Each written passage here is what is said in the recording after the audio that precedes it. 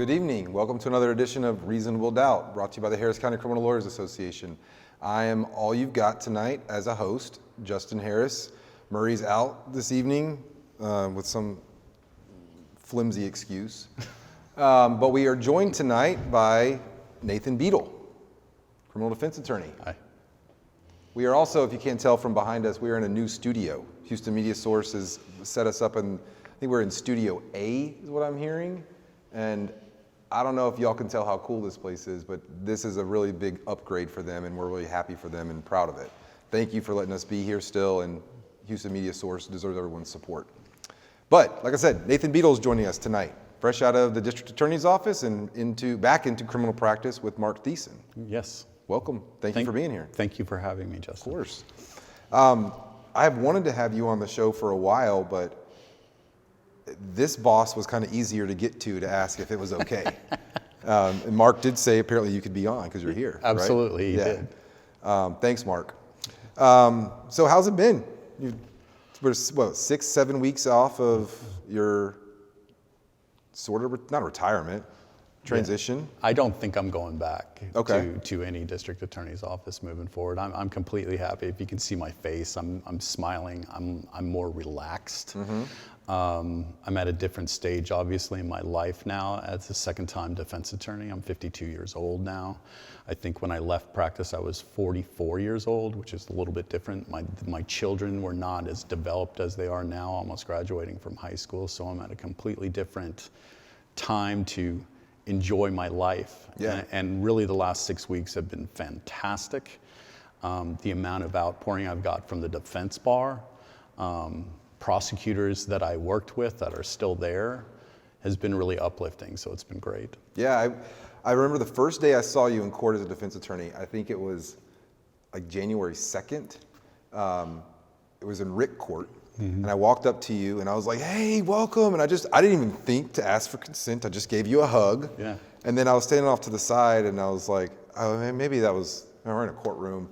And then like one of the ADAs in the court came up to you and started telling you like very humbly how you gave him his start and all this. And then he asked if he could give you a hug. And yeah. I was like, oh, that's Nathan Beedle right there. Like a defense attorney's coming up and hugging him. And then a prosecutor is professionally asking him if it's okay to hug him. But yeah, you're absolutely right. Like you can universally liked in that building, it seems like. I'm very fortunate. I've always tried to treat everybody with respect and tried to treat everybody the same. Mm-hmm. And I think as you act in the building, people will treat you over time. And you can see I'm smiling just because of the type of attention I've got from both sides, and even court staff, bailiffs, court liaison officers, clerks. Judges? Yes, of course, yes. And as long as you're respectful and nice to everybody, I think it will come back to you. And I think you're right. I also think it's kind of interesting.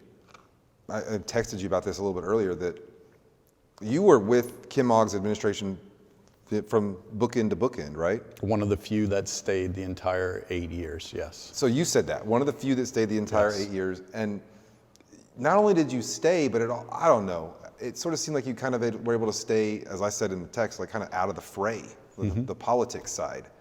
Was that was accidental? Well, it was by choice at the beginning, I think, where I wanted to be. I told Kim I only wanted to be the misdemeanor division chief. I had no other goal than to be the misdemeanor division chief to start. And at the beginning, she told me, well, there's a lot of people that want that position. And my response was, but nobody's going to be as good as me. That's what I told her. And misdemeanor is just less important in a lot of people's analysis of what's going on at the courthouse. The penalties are not that great. Typically, the victims aren't as injured as what we see in felony. So there's more of an ability, I think, to be out of the fray just naturally, because if you're the misdemeanor division chief, the maximum penalty is a year in the county jail and a $4,000 fine. Right.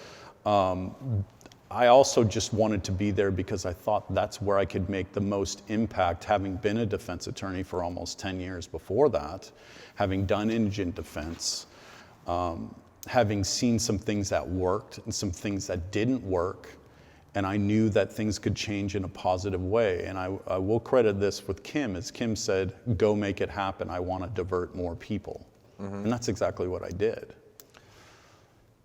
Well, I appreciate that. I want to get into kind of the impact that you made in the office, because I agree with you. And what you're saying as far as, you believe in kind of giving everyone a chance. We sort of talked about that before the cameras came on in the context of staffing the office. But I saw that, I didn't see that. I mean, I saw that in the dealing with your prosecutors, but I didn't see that as much as I saw that in working on cases with you and your stewardship of the pretrial intervention program for DWIs and generally all the pretrial interventions through misdemeanor. And what I kind of saw through that was what you're describing, like an effort, a genuine effort to correct behavior and not just punish. So I get that, but I want to know, was it hard staying out of the political fray of things? Not for me at all. I mean, I had so much work to do with looking at DWIs every day that I didn't want to be involved in anything else. If I was for 3 hours, that put me a good 15 mitigation packets behind of what I needed to look at for that day. Right. So I really wanted to stay out of that situation. I will say in the last year, I was elevated to the deputy chief of every single court in Harris County, but I still maintain my DWI responsibility. That put me more in the line of, I guess, some of the more serious cases, the capital murders, the capital murder committee, traditional murder cases. Anytime prosecutors had an issue or they wanted to change an offer or something happened with the case, we were constantly consulted on those cases. I actually loved that part of the job, talking to the experienced prosecutors and about the most serious cases. So it actually gave me a little more balance in the last year of giving people second chances and dealing with the most serious crimes in the county. So I love that. Did you feel like you were understaffed? Oh, yeah. As misdemeanor trial bureau chief? I think, or division chief? Yeah, I think just the district attorney's office, period, is understaffed. To effectively look at a case for what the best resolution, you should be able to look at all the evidence in the case. As a defense attorney now, I can do that on all my clients' cases. Right. However, as a prosecutor, if you have 700 or 1,000 cases, there's no way you can watch all those body cams. There's no possible way. There's not enough time in the day. And I think there's a philosophical difference here in some people that are cutting the checks for, let's just say, resources in the county, is that more prosecutors means more charges filed. I disagree. I think it would give prosecutors a better opportunity to properly evaluate their cases, which would include diversion in a lot of misdemeanor cases. Particularly if I was in charge, it would be, because that's what we would be looking at. Right. But even if we had more people, the direction comes from the top. Do we want to give second chances? Is that the priority? Because public safety is better served by treatment, whether it be alcohol or substance abuse. I believe that it is better served and the public is safer with people that are getting treatment rather than just strictly punishing them. Right. Particularly at the lower level. Okay, so this next thing then, this is probably like a 4-episode topic, but do you think that the Code of Criminal Procedure and the criminal provisions of the Constitution allow for treatment in the way that is really needed? No, I don't think the laws, I think they're behind a lot of things that are creative ways to protect public safety. I think they're completely behind. I do think that the pretrial intervention statute that the district attorney can divert a lot of cases and the power that they have is broad enough to get that creativity done. As it is now? Yes. Okay. But you have different opinions on funding of these rehabilitative efforts. I think that's where we really need to be. I think a good example is RIC Court. I think Star Court is a good example. I think the DWI pretrial intervention program is a good example, but we could broaden that.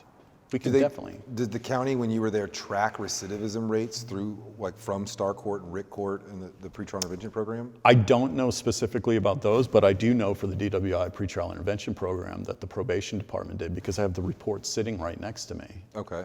Well, in that program, I think the way it's kind of designed, it's going to, the rigor that goes through getting into it, it's going to reduce recidivism. And then the way that y'all, instituted. I remember your philosophy being, you don't necessarily want, correct me if I'm wrong, but you don't want people to ever say that they're never going to drink again, or even that they're never going to drink or drive again. I don't know how many times I heard you say this to my clients, just that you know how much you can drink and where you have to put the keys down and make other arrangements. Right. I set the bar really low. I'm not expecting perfection. Somebody who has a substance abuse issue, to expect perfection for the rest of their lives, whether it be 20, 30, 40, 50 years, is ridiculous. Yeah. But setting the bar low is to say, if you're going to have some sort of relapse or some sort of issue with the substance, the one baseline thing you cannot do is get in a motor vehicle. Right. Because look where you are now. You're having to talk to me.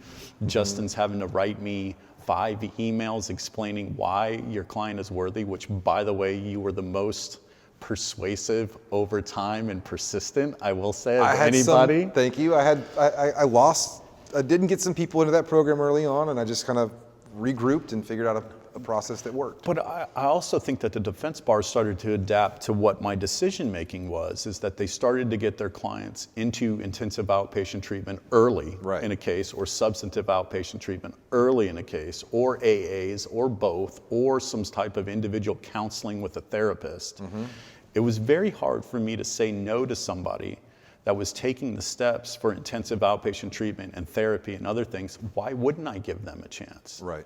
Because they're giving themselves tools to hopefully not come back. Right. I don't have a crystal ball. Right. But I think somebody had to take that leap and say, I'm going to give you a chance that nobody in this county has ever given you a chance before. Took me a while to get there. Right. Because I had training from the early 2000s, which was really different than where I was going. And I wasn't sure it was going to be successful. But I did all those interviews with 2,000 people and their families and their support networks in person at the beginning. And then COVID came, then it was Zoom. You've been on several of those with me. I just didn't do it and snap my fingers and just started making those decisions. No, I could tell you were looking through them, because especially it wasn't every single case was not have your client write an alcohol research essay, or you know what, well, there was a couple where I don't see treatment, but then before I make a decision, I want to meet with your client. That was like one of the last, not the last things that you did, but I guess the essays came after that, didn't they? Yeah, the essay became something that I noticed that higher BACs were kind of being pervasive, particularly during COVID, like way into the 0.20s. And the question that I got asked by some other authorities was, it's above 0.15, why are you even considering it? And to me, the question was, as a scientist, because you know what my resume is now, is the 0.15 a legitimate thing to say, this is where we need to be concerned? Right. I've never seen a paper that says at 0.151, you're 3 times more likely to be the worst person in the world than someone's at 0.149. Right. And I've also seen so many cases where I have a 0.12 that runs into 4 cars, and then a 0.23 that's going below the speed limit and not doing anything. So the question is, who's more dangerous? I think that was an open question to really look at and try to evaluate. Yeah, I liked what you said a few minutes ago about giving someone a chance that nobody else in the county had given them before, right? There were some cases where you considered people for pretrial intervention who had prior criminal history that was at times 3-time convicted felons I've given pretrial intervention on a DWI. Right. Because the most common job for someone who's convicted of a felony that's been to the penitentiary that was consistent, meaning they got good pay, was a truck driver. Right. And you can't do that with a DWI. No. Right. So any sort of DWI conviction to a CDL holder, the second one is fatal to your license. And most of the truck drivers that I saw, these were not people operating a motor vehicle while they were working. Right. It was on their off time. The facts were not egregious. We're talking about, failure to stop at designated point and a 0.12 on their way home from their local bar. I would meet with somebody who'd been to the penitentiary 3 times in the early 90s for usually cocaine, a PCS case. Right. They are not the same person in 2020. No. And he has a job, and he has a family, and why would I not want him to have the opportunity? That was how I looked at it. Makes sense.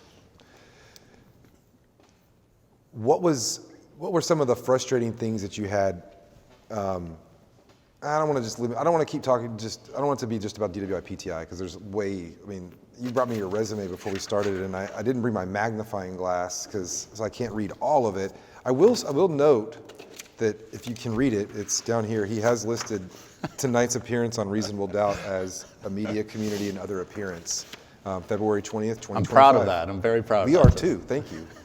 But yeah, your experience is amazing. So I don't want to just limit this to DWI PTI, but what were the frustrations? What were things that you wanted to do with that program or wanted to do in the office that you weren't able to do? I really didn't have anything that I couldn't do, which I think is why I stayed as the misdemeanor division chief and then the bureau chief for so long. Because for the most part, most people don't want to pay attention to misdemeanor. They did not want to hear of concerns about anything because there's so much going on in the capitals and the sex assault cases and everything else. Why would I want to spend more than 10 minutes of the day, if necessary, on a misdemeanor case or a particular court or an issue? They just didn't want to deal with it. And I think we were very good at keeping everything to where we weren't on anybody's radar. I mean, I don't know how many cases you can think of in the last 8 years when I was in charge that really made notoriety that you're like, wow, what happened with that? We tried to keep them out of everybody's, I guess. Radar? Or? It wasn't so much the radar, it was just resolve them appropriately, and why should there be any concern about it? Right. Yeah, the ones that would come to mind over the 8 years had nothing to do with the case, but the defendant, right? If they were a local personality or something. Well, I can remember a couple that you might remember. The Greenpeace protesters. Sure, I do. Okay, that was originally a special outside prize. of the oil and gas places. Hanging off the bridge when they shut down the ship channel. Yeah. Another one that we were talking about, one of the things on my resume was when one of the Houston Pelicans assistant coaches in the NBA got his jaw broken and several teeth knocked out at a game. There's just not that many huge misdemeanors that you go, wow, I need to pay attention to this. What'd you do with the Greenpeace protesters? We worked out a pretrial intervention for all of them. They had to pay back the cost of all the emergency personnel, the Coast Guard and everything, the fire departments having going out to do that, but that was largely funded by Greenpeace themselves. They just wrote a check for that. And really, they were all from Seattle, Oregon, or someplace else. It was like, don't come back for the pretrial intervention period. So we worked something out. Okay. Yeah. And they all got dismissed and they could expunge them. That's good. That's justice. And it didn't that doesn't require court resources, right? Supervision department resources? None. So taxpayers didn't pay anything for that. It was an unsupervised PTI where it's pretty much don't come back. And you got Greenpeace to pay the taxpayers back for they paid the restitution. Their lawyers and that, yeah. Yes. See? Well, it's not all bad out there. So, all right, where are we with stuff? Because I told you I've got this question that I want to ask you that's really silly, but let's talk like more general. What kind of frustrations, or have there been any frustrations? Has it all been like rainbows and unicorns since you've come back to the defense bar? Have you noticed any changes? Like, I think everything's different. Things are different. 8 years ago we had not had Harvey yet, we had not had COVID yet, and any one of those two things changed the criminal justice center in Harris County forever. And the defense portal was like, I think in its infancy when I left the defense bar. So now is completely in effect. Talking about the online access where we can get the discovery that the state releases to us. And I'm become acquainted with that from the defense side now. I've been very acquainted with it from the state side for the last 8 years. I think it works pretty well, but I'm only 6 weeks into or 7 weeks into being on the defense side again. But I can navigate very quickly, and I obviously have resources that I can call people at the DA's office and say, I don't know what's going on here. Right. Which I have done a couple times already. Speaking of like when y'all were in the DA's office, did you ever like use the DA portal to see when we had downloaded discovery? Like, you can do that. I never did that because I was looking at I was just working out cases all day long. Right. I never once looked whether had the time to micromanage something like that. And I wasn't working individual cases up for trial as a prosecutor would to see if you'd looked at it. You were I looking wasn't big doing picture. That. Yes. Yeah. So what other kind of frustrations has there been? Now? Yeah. I really have only been doing it for 7 weeks. I don't have any. None? I feel green to some degree, and I'm all happy and smiles at the moment. Okay, So all right. Well, you also haven't practiced as a defense attorney under most of the current judges. that's correct. Right. There's I'm trying to think if there is one on the bench that was there 8 years ago. I'm trying to think. I don't think Really? so. I think they're all gone now. Every single one. Yeah, you're right. Wait. Maybe Hazel Jones was Hazel there, then she Jones, was off, maybe and now she's Hazel back. Jones, maybe Hazel Jones. I think that's the only one. And I was in her court this week. Son of a gun, you're right. Wow, there's been a lot of turnover. But a lot of them complete I know either as defense attorneys or as former prosecutors. Like I was in Lance Long's courts this morning, and my second district court chief as a prosecutor is his best friend. And he's still, I consider him one of my mentors. That's Stephen St. Martin. Even today, if I needed something, I would call Stephen, and he does it vice versa. So everybody, it seems like I've known in some capacity. Yeah. All right. So here's that question. Let me check this. So, by the way, we don't have Murray here tonight with his Facebook open. So if anyone's making any comments on Facebook, I don't have a way to monitor those. We also the studio hasn't been able to set up the phone line, so we don't have a way to take calls. But if you have Nathan Beedle's cell phone number, text him all the questions that you have. Don't text me on mine. We can put your number up. Don't we have it, Mark? No, I'm just kidding. That's okay. All right. So we were talking a little bit before this started about, having to talk to courts about why you're resetting a case. Yeah. Right. All right. So I don't even know how to set this up, but Just say it. the state carries the burden of proof. That's right? correct. And every court that I was in today, I was sitting there going, they haven't brought where's the evidence? I don't see any witnesses. And then I was the one dictated to go stand in a line and then justify why the state's case was getting reset. Yeah. And this, I don't know. We also talked about like my stubbornness, and my dad liked to say I would argue with a fence post, and he was right. So I let the wrong things get under my skin, but that really gets under my skin. I agree with you. Do you see what I'm saying? Like, we spend so much time waiting in line to go get a reset, and most of the time it's because they have to get me more stuff. And then sometimes when a court gets frustrated with how old a case is, a lot of them don't look at the prosecutor, who is, maybe they've released discovery, but no one's brought one piece of evidence into this court and offered it like on the record to prove my client's guilt. And I'm the one taking heat because my client won't just cop to a plea or something. And it's sometimes I have to remind myself and my clients, we don't carry the burden of proof here. We are the team on defense in basketball. Our job is not to get the ball and try to score points. Right. I'm not even saying it's my job, but all I'm maybe trying to do is just stop the offense, plant my feet, and put my hands up. You want me to address? Just say something. Just I'm your saying concerns too about much. that? No, I think every court kind of addresses this situation differently. That's the interesting thing. I think there are 66 criminal courts in Harris County, Texas, and every judge can kind of handle how they deal with the state's, let's say, lack of timely production of evidence differently. Some cases, some courts care very much that it's not provided. I'll give you an example that I was in the last 5 weeks as Judge Pennegy up in the 488th. He's equally on the state about getting stuff done as he is the defense, whether they're making a decision. So, But does he equally make the state line up and waste like 45 minutes waiting for him? No, look, there's a DA standing there the entire time to address any shortcomings. Sure, Fair, that's sure. And so I'm just talking about sometimes I've seen courts that really there is no urgency to move the case forward. Sure. In some cases for the defense, that's what we want. Because we don't need to go to completion because that may end up bad for our client. Right. Delay might be the tactic. It really depends on the facts of the case. I will say discovery has improved dramatically since 2017. Does it still have its problems? Absolutely.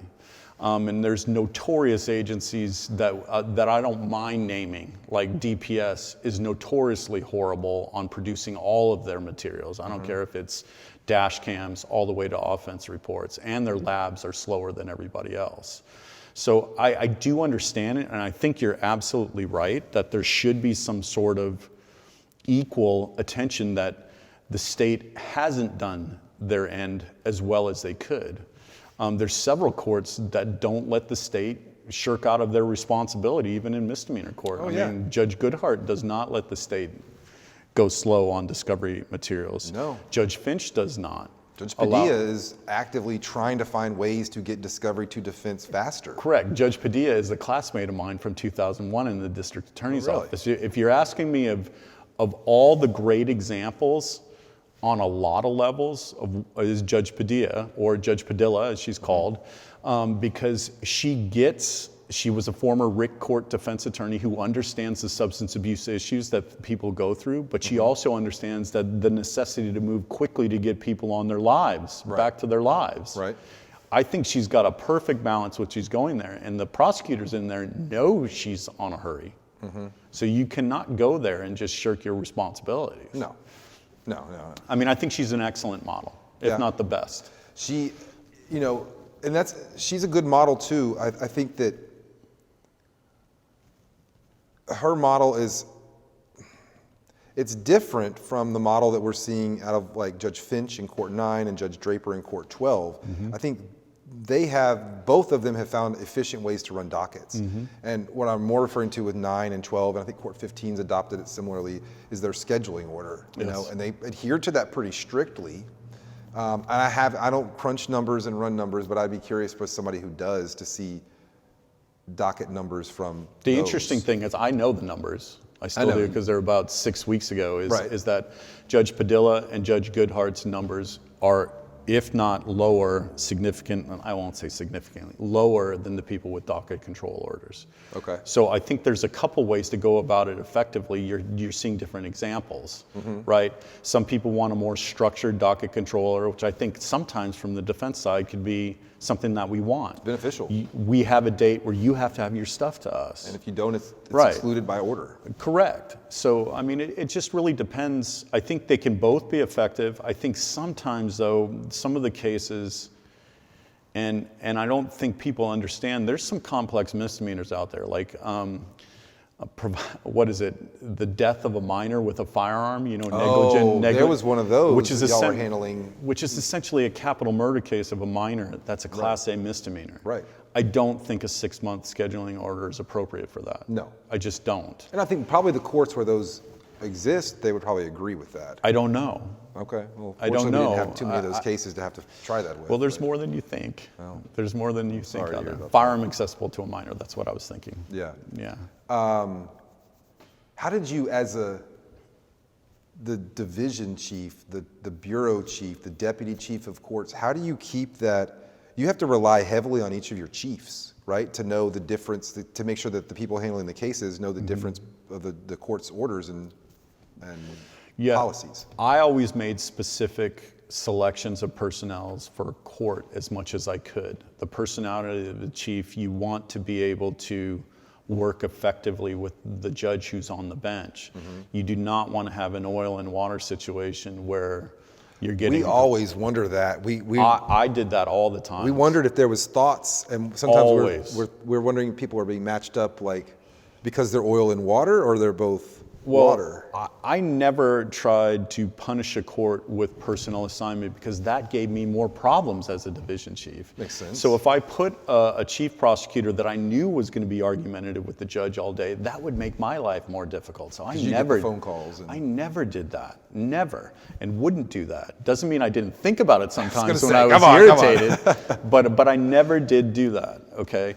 But you can, the balance is that you also don't want your chief to be so in tune with the judge that they just go along with the judge when they shouldn't with their ethical responsibilities as a state. Right. So sometimes you would have chiefs that would be too close with the judge and not necessarily towing the line, which was their responsibility under their oath, and we'd have to transfer them out. I remember I was standing next to a prosecutor who's now a defense attorney years ago in front of a judge, and the judge I felt like was being really unreasonable to my client. And I remember looking at the prosecutor like, you know this isn't right.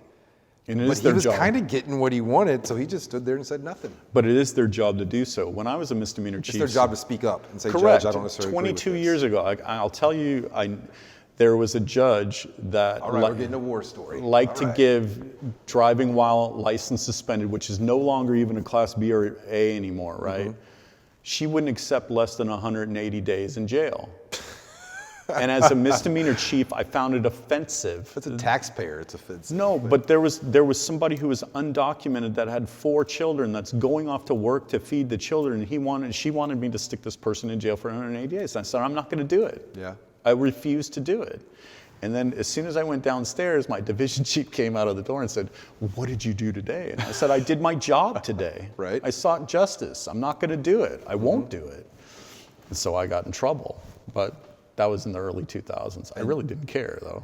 Then obviously you kept that story with you, and you let that resonate with you in this office. It bothers me when anybody does something that does not fulfill their oath.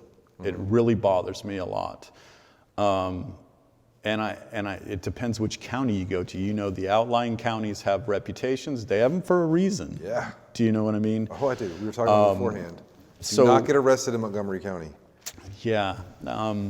It's just, if you've taken an oath to see that justice is done, you have a duty to stand up and make the statement. If the judge rules against you or gets hard feelings about it, that's part of your job too.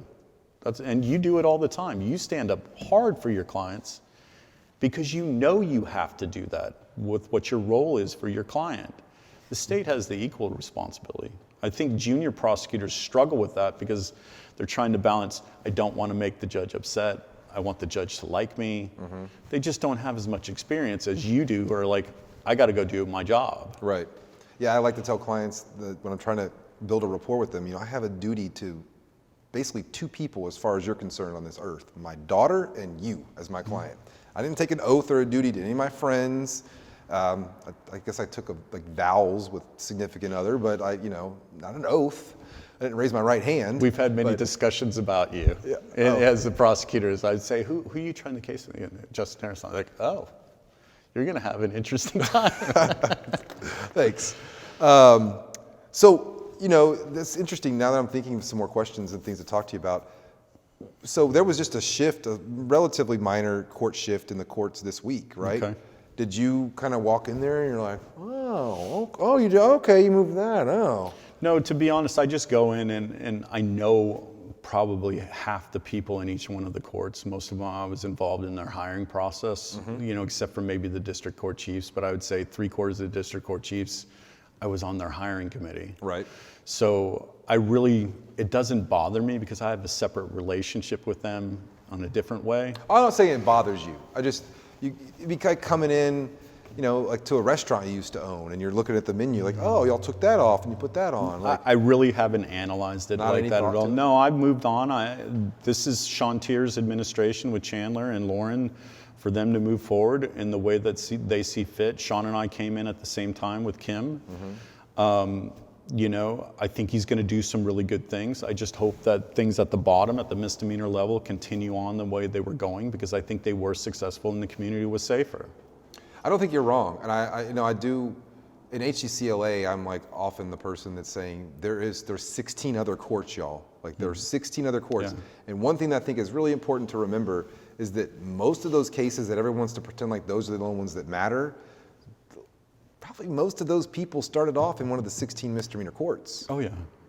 And they probably got time served and time served and time served. And okay, you know what? He got time served and time served and time. We're going to do like 90 days, and that's 3 for 1. So he'll do 30 minus the week he's been in here. Right. And then it's just more. And then if some of those are like burglary cases, theft cases, they're having a hard time getting a job. It's going to be almost impossible. And you graduate to district court. Something worse. Right. And yeah, we were talking about this beforehand. I think there's really two in a large jurisdiction like Harris County, uniquely large, right?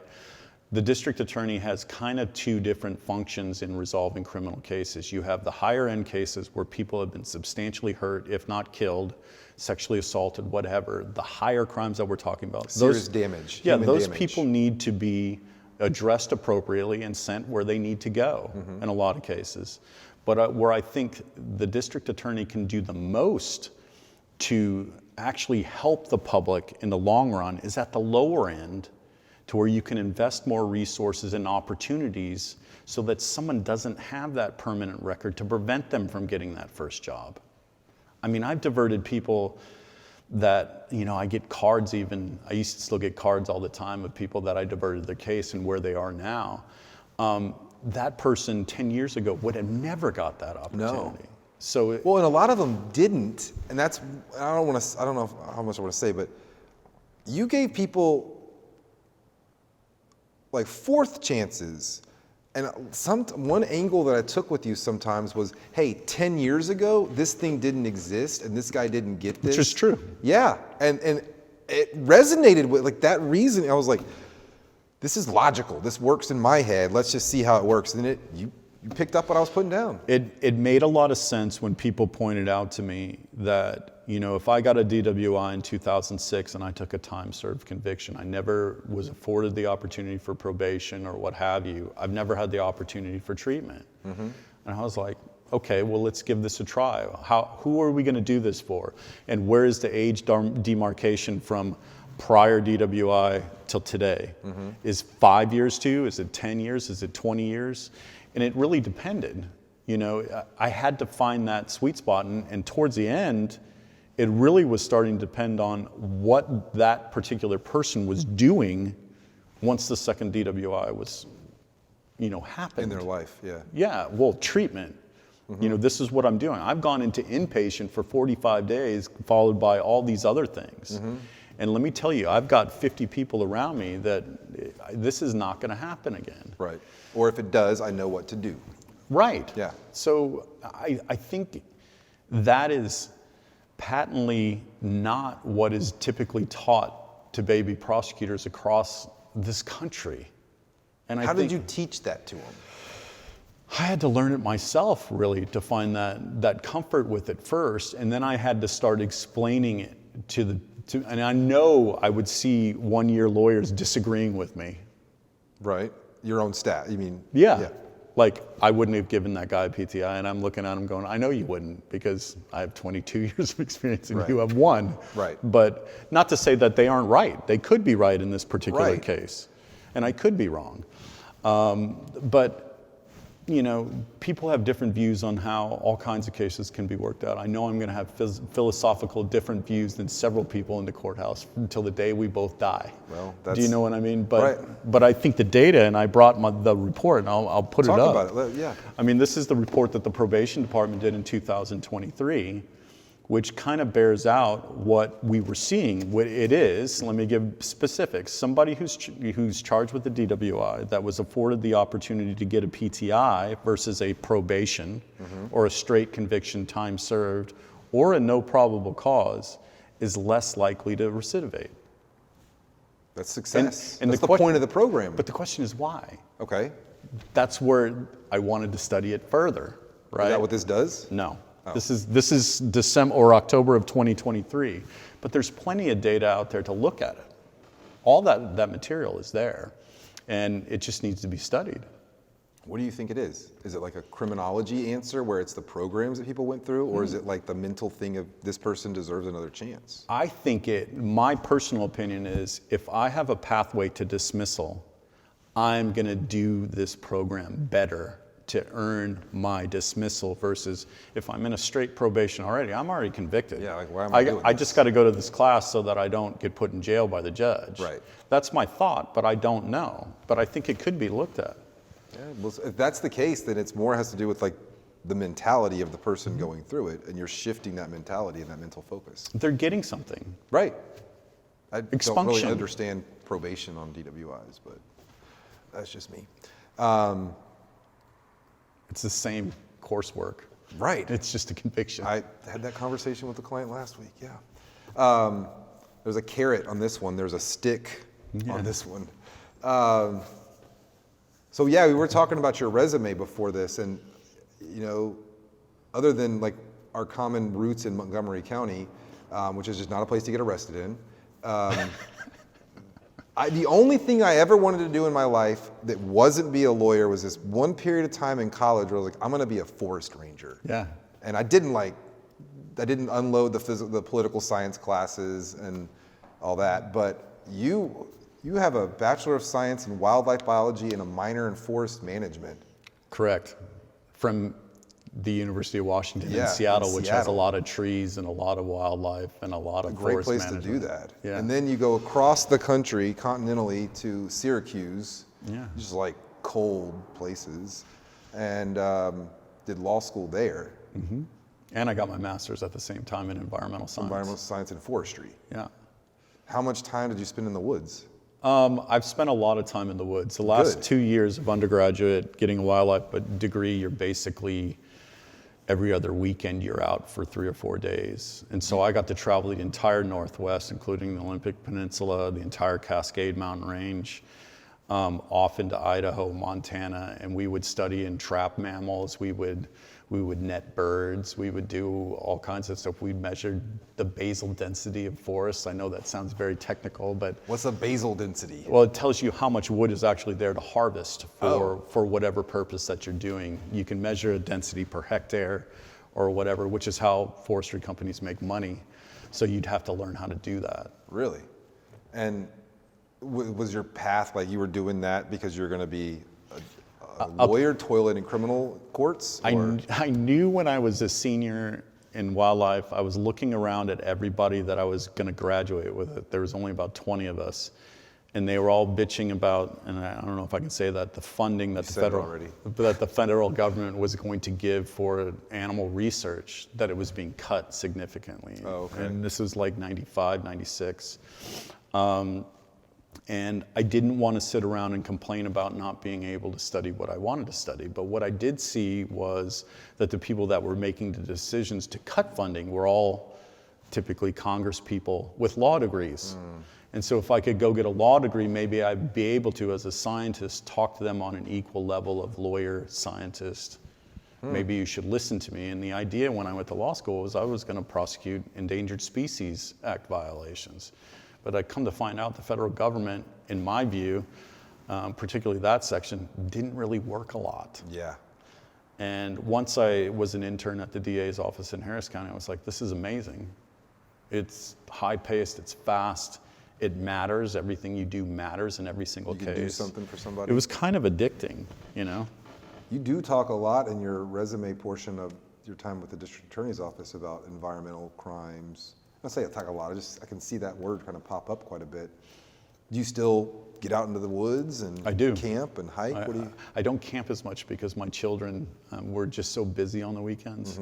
My wife is an environmental scientist. Okay. And she's a practicing environmental scientist. We met in graduate school while we were getting our graduate degrees.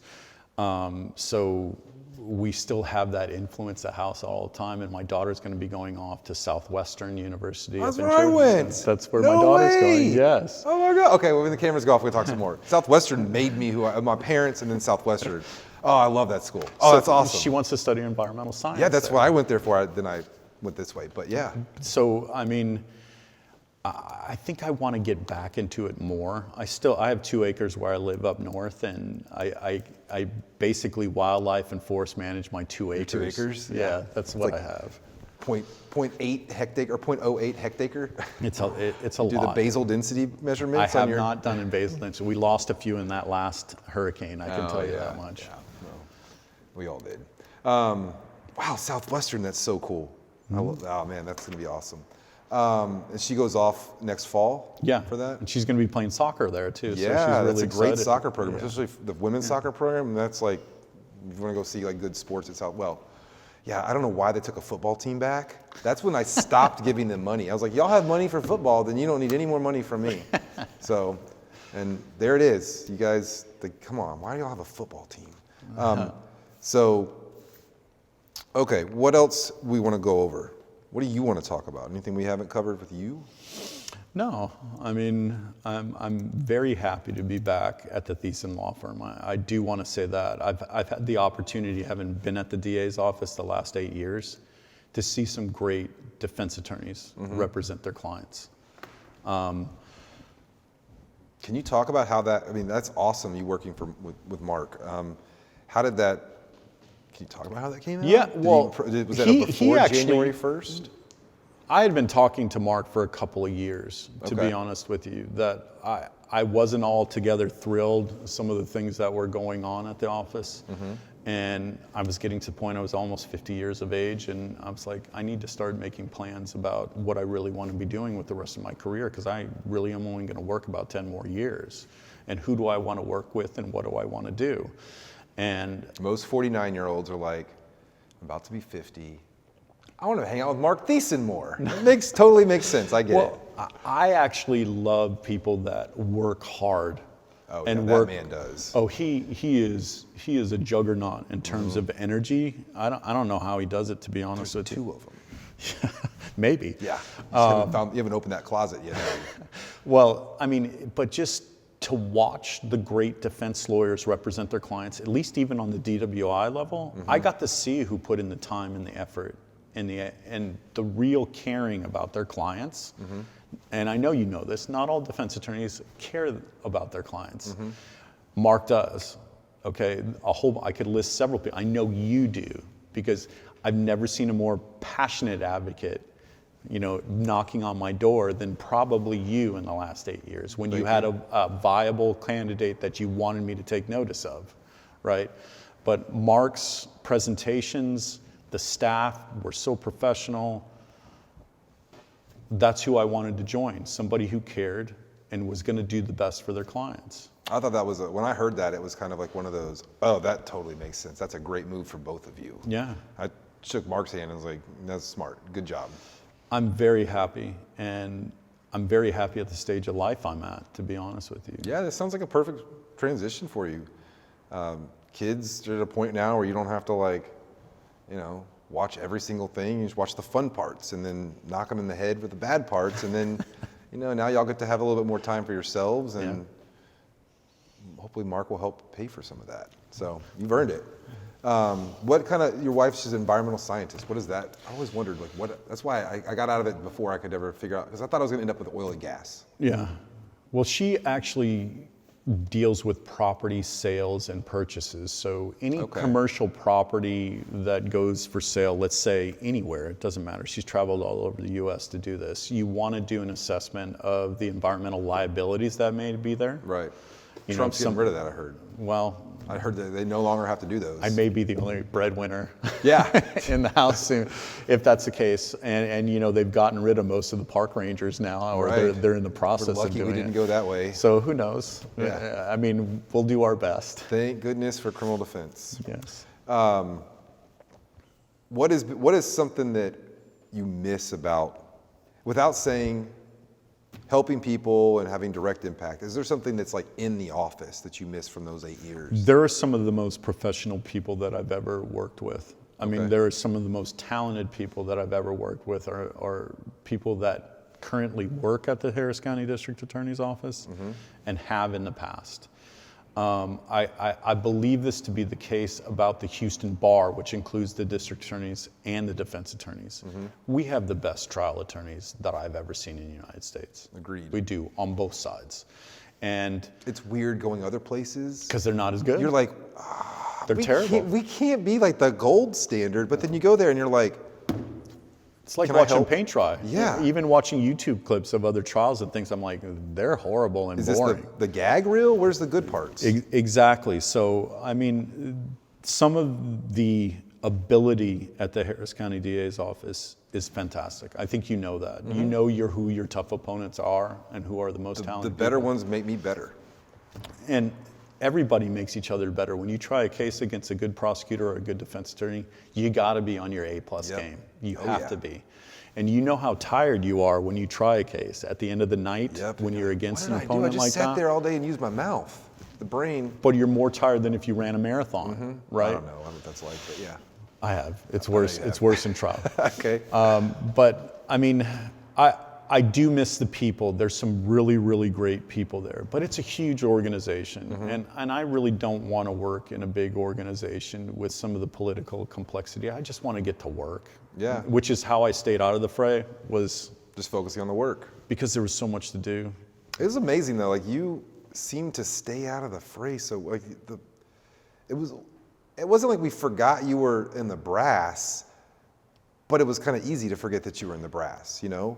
Even while we're working with you, because you just stayed out of all the other stuff that everyone else up there just seemed to suck into. But I'm not trying to get into that. Thank you. I'll say thank you. Yeah, you're welcome. That's all we need to say there. What kind of things do we need to change as far as specific to Harris County? That's a very good question. I think more money needs to be spent on the criminal justice system, period. Okay? I know that's not popular, or parts of it aren't popular, but I think there has to be some sort of reconciliation of what probation's role is versus pretrial services role. Pretrial services really expanded in the last 8 years. Probation has kind of got a new role of only monitoring, apparently, Post-conviction. yeah, Yes. or DWI PTIs, because Right. there's a specific contract for that situation. I think monitoring and treatment, that costs money. And you can't get away from that. And if you're just going to say, hey, this person with mental health issues, we're just going to Band-Aid them and then stick them back on the street. At least we have the center now to deal with them, to we're typically not putting them in the system. Right. But it needs to be expanded. Right. This is the third largest jurisdiction by population in the United States. You have to spend money in some cases, not just with police officers, but the services related to it. Exactly. I'm not a big fan of these people going out to the scene that aren't trained professionals in law enforcement situations. I'm not a big fan of that, you know. What do you mean? Like district attorneys? No. There's some response teams, crisis things. Response teams? I'm worried that people are going to get killed in the wrong situation in a Well, they won't domestic send violence the crit situation. teams. They won't send them if there's any indication of violence. But you never know with these domestic violence situations. I don't know that police always make it better. I fully agree with you. What because I like about the crisis response teams is it seems to be like an effort to go, we got to find somebody else we can send out there from the 911 side of things that's not badge and a gun. I don't disagree. I don't know with if it's that. the right way. You're right. I think that needs to be explored a little bit more. I do. I don't know what the right answer is, but I know both sides could do things better. Right.